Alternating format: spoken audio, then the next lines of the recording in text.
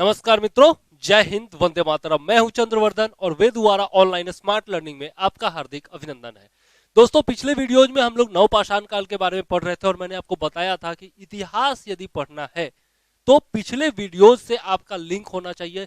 जो पिछला कालखंड है, पहले पढ़ चुके हैं, लिंक करके हम यदि आगे पढ़ेंगे तो हमें बहुत अच्छे से समझ में आएगा। इतिहास हमें बोझ नहीं लगेगा, बोरिंग नहीं लगेगा और हम बहुत अच्छे से चीजों को समझ सकेंगे, उसको एनालाइज कर सकेंगे और उसको अपने मेंस आंसर राइटिंग में इंप्लीमेंट भी कर सकेंगे। तो वेदुआरा में हम प्री और मेंस को साथ में लेकर के चल रहे हैं। हम आपको कोई स्पेशल ट्रिक नहीं बताने वाले। हमारे पास कोई ना वो जादू की छड़ी नहीं है कि घुमाया और इतिहास आप पढ़ लिए। ऐसा हम वादा नहीं कर सकते, ना दावा करते हैं। बहुत सारे लोग करते होंगे, हम नहीं करते ऐसा।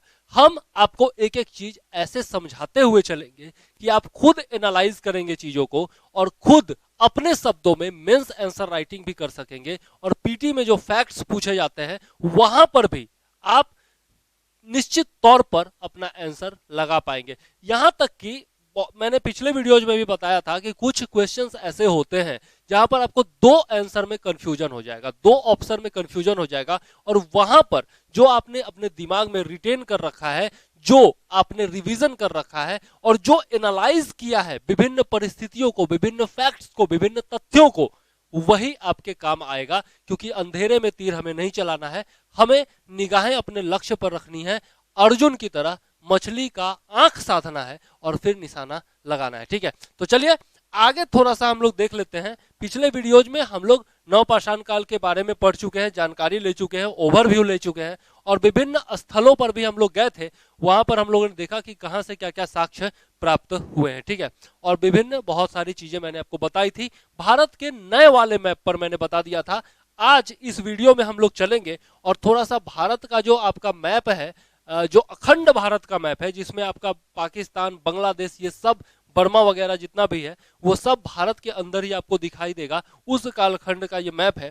तो आइए देखते हैं इसमें कुछ जो महत्वपूर्ण स्थल है ना नवपाषाण काल के, जहां से बहुत सारे महत्वपूर्ण साक्ष्य प्राप्त हुए हैं, उनके बारे में थोड़ा सा हम लोग देख लेते हैं। ठीक है, तो चलते हैं सबसे पहले उत्तर की तरफ देखते हैं। तो यहां पर आपको पसी ग्राम मिलता है। ठीक है, पसी ग्राम मिलता है, सराय खोला मिलता है और ये सब कहाँ है? पाकिस्तानी क्षेत्र में। ठीक है, आपको पहले बता दूं दुश्मन क्षेत्र में है तो थोड़ा सा एकदम निगाहें गड़ा करके रखनी है यहाँ पर। ठीक है, तो पसी ग्राम है, फिर आपका सराय खोला है और इस्लामाबाद है। ठीक है, इसके अलावा यहाँ पर किले गुल मोहम्मद नामक स्थान है, ये भी बहुत ज्यादा इंपॉर्टेंट है। क्वेटा है, क्वेटा तो आजकल भी बहुत ज्यादा फेमस रहता है, हमेशा कुछ ना कुछ न्यूज क्वेटा का आता रहता है। ठीक है, इसके अलावा मेहरगढ़ मैंने बताया था कि यहां से क्या प्राप्त हुआ है। मेहरगढ़ से आपको जौ या फिर आपको गेहूं उपजाने का सबसे प्राचीनतम साक्ष्य प्राप्त हुआ है। ठीक है, और यहां से एक क्वेश्चन भी बनता है कि मनुष्य ने सबसे पहले क्या उगाना शुरू किया था, तो वो था जौ। या फिर जौ ऑप्शन में ना हो तो आप रागी मार सकते हैं। ठीक है, जौ ऑप्शन में हो ना हो तो रागी मार सकते हैं। ठीक है, तो जौ या फिर रागी की उपजाने की शुरुआत सबसे पहले मनुष्य ने की थी। ठीक है, यहाँ पर आप देख सकते हैं ये सिंधु नदी की धारा है। ठीक है, ये एक धारा इधर जा रही है और विभिन्न धाराओं में यहाँ से विभाजित हो जाती है सिंधु नदी। और सिंधु नदी का जो विवाद है भारत के साथ पाकिस्तान का, उसके बारे में आप लोग ज्योग्राफी में पढ़ते ही होंगे। ठीक है, तो चलिए अब थोड़ा सा और चलते हैं और देख लेते हैं कश्मीर के तरफ। ठीक है, कश्मीर के तरफ चले तो मैंने आपको बताया था बुर्ज होम है और गुफ करल है और साथ में कश्मीर घाटी है, श्रीनगर है। ठीक है, तो ये तीनों जो है वो बहुत महत्वपूर्ण स्थल है। यहां से हमने देखा था कि हमें गर्त आवास के साक्ष्य प्राप्त हुए थे। ठीक है, गर्त आवास का साक्ष्य हमें गुफ करल से प्राप्त हुआ था। बुर्ज होम से हमें क्या प्राप्त हुआ था, तो मनुष्य के साथ किसको दफनाए जाने का प्रमाण, कुत्ता को साथ में दफनाए जाने का प्रमाण हमको यहां से मिला था बुर्ज होम से। ठीक है, इसके बाद थोड़ा सा और हम लोग नीचे की तरफ चलते हैं। ठीक है, तो यहां पर आप देख सकते हैं ये आपका गंगा नदी की धारा है और ये आपकी यमुना नदी की धारा है। ठीक है, और ये जाकर के कहा मिलती है आपको, कोल्डिहवा नामक स्थान पर ले जाती है। कोल्डिहवा कहा? उत्तर प्रदेश। अब कोल्डिहवा से हमें क्या प्राप्त हुआ है, मैंने आपको पिछले वीडियो में बताया था, धान की प्राप्ति यहां से होती है। धान जो है वो धान उपजाने का सबसे प्राचीनतम साक्ष्य या फिर चावल उपजाने का सबसे प्राचीनतम साक्ष्य कहां से प्राप्त होता है, तो उत्तर प्रदेश के कोल्डिहवा से प्राप्त होता है। इसके बारे में डिटेल से भी हम लोग आगे पढ़ेंगे कि किस स्थान से क्या क्या प्राप्त हुआ है, कौन कौन से साक्ष्य प्राप्त हुए हैं। इसके अलावा हम लोग महगढ़ा देखते हैं उत्तर प्रदेश में ही, और फिर आते हैं तो बिहार में हम लोग चिरांद देखते हैं सारण जिले में, ठीक है। वहां से भी हमें बहुत सारे हड्डी के उपकरण प्राप्त होते हैं, ठीक है। ये आपका बिहार है, यहाँ पर ये चिरांद है, ठीक है, और यहाँ पर आपका पटना है, हमारा प्यारा पटना बिहार का राजधानी, ठीक है। अब थोड़ा सा इधर चलते हैं और देखिए आप, यहाँ पर आपको दिख जाएगा ये आपकी नीचे में ताप्ती नदी बह रही है और ये आपकी नर्मदा नदी बह रही है, ठीक है। यहाँ पर आपका मुंबई यानी कि बंबई है, महाराष्ट्र है, ठीक है। और उसके नीचे हम लोग थोड़ा सा चलते हैं तो दक्षिण भारत में हमें बहुत सारे साक्ष्य प्राप्त होते हैं, बहुत सारे स्थल हमें मिलते हैं, किस चीज के, नवपाषाण काल के। यहाँ पर हम देखते हैं कोडेकल है, ठीक है। यहाँ पर हमने तेक्कन कोटा के बारे में भी देखा था पिछले वीडियोज में, नागार्जुन कोंडा के बारे में हम लोगों ने देखा था कि यहाँ से नवपाषाण काल के विकास का प्रमाण हमें मिलता है, ठीक है।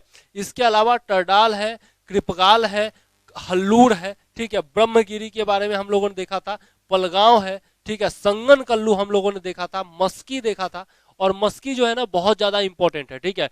मस्की, गुर्जरा, उद्गोलन और नेत्तुर सेन्नाती, ठीक है। ये चार चीजों के बारे में हम लोग देखेंगे जब हम लोग अशोक के कालखंड में जब पढ़ेंगे ना, अशोक के शिलालेख पढ़ेंगे तो हमें ये चारों स्थान देखने को मिलेंगे, मस्की, गुर्जरा, उद्गोलन और नेत्तुर सन्नाती, ठीक है। और इनके बारे में ना विशेष बात है जो कि मैं उस समय आपको बताऊंगा, ये चारों क्यों फेमस है, क्यों आखिर फेमस है। दरअसल केवल यही चार अभिलेख हैं अशोक के जिसमें अशोक का नाम अशोक लिखा गया है, ठीक है। ये बहुत इंपॉर्टेंट पॉइंट है जो कि पूछा भी जाता है कि अशोक का जितना भी अभिलेख है अधिकतर में उसका नाम क्या लिखा हुआ है, देवा नाम पिये पियदस्सी, ठीक है। देवा नाम पिये पियदस्सी लिखा हुआ है, ठीक है।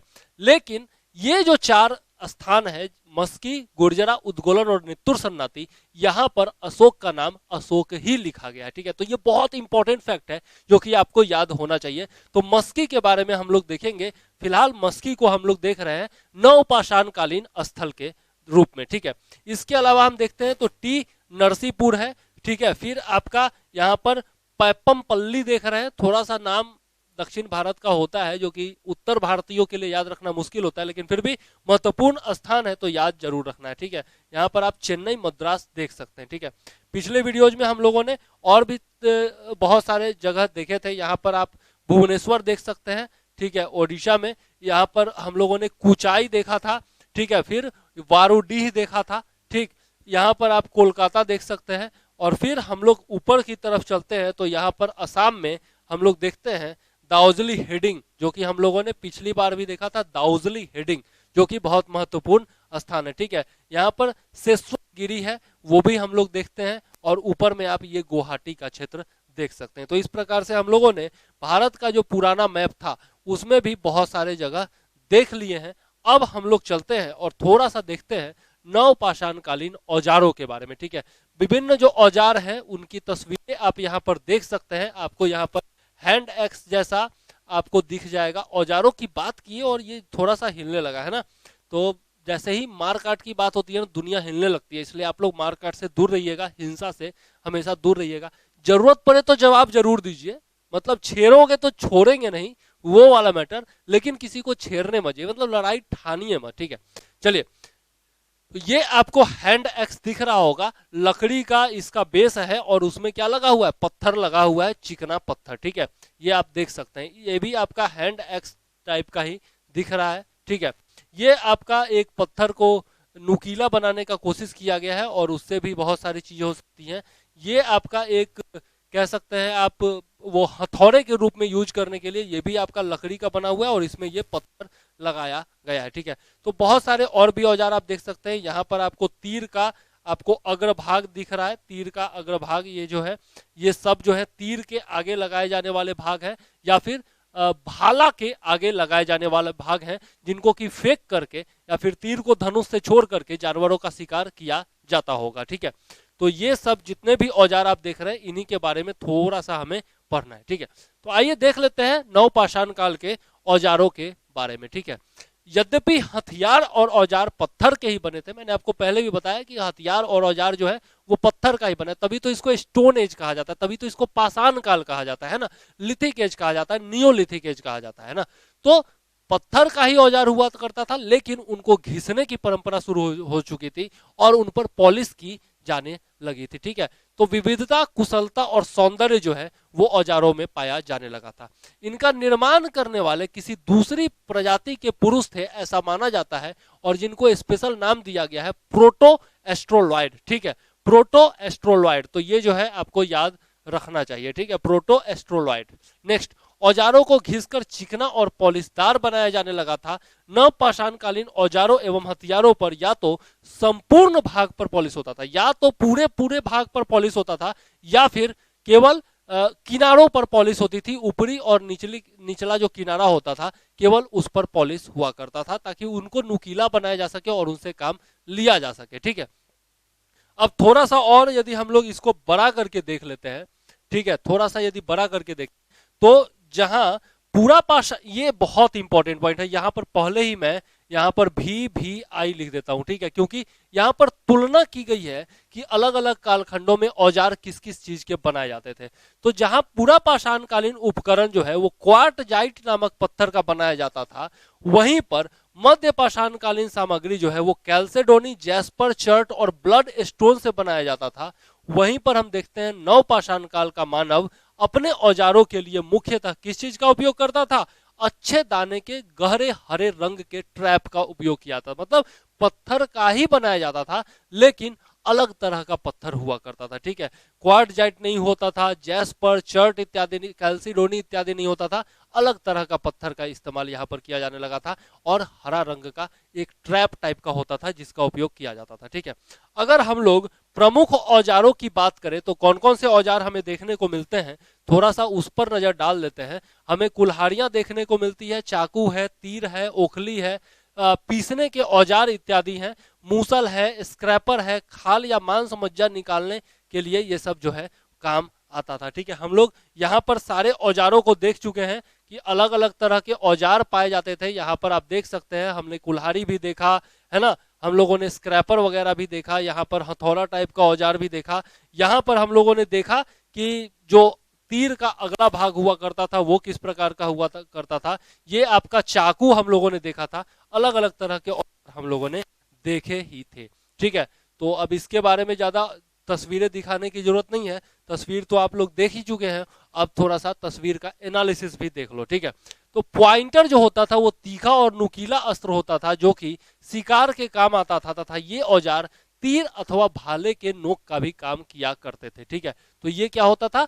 पॉइंटर होता था। पॉइंट का मतलब ही समझते हैं ना कि वो नुकीला होता था। ठीक है, और उसको तीर या फिर भाले के आगे वाले भाग में लगा करके फेंक करके एकदम मारा खींच के और सीधा लगा जानवर को और जानवर ढेर। ठीक है, तो ये काम करता था पॉइंटर। इसके अलावा नवपाषाण युग के औजार जो है वो कहीं कहीं लोहे की वस्तुओं के साथ भी प्राप्त होते हैं, और इससे पता चलता है कि जो नवपाषाण कालीन औजार थे उनका प्रयोग लंबे समय तक किया जाने लगा था। क्यों? क्योंकि जब हम लोग देखते हैं कि लोहा का इस्तेमाल शुरू होता है सिंधु सभ्यता के बाद, जो है लोहा का प्रयोग शुरू होता है।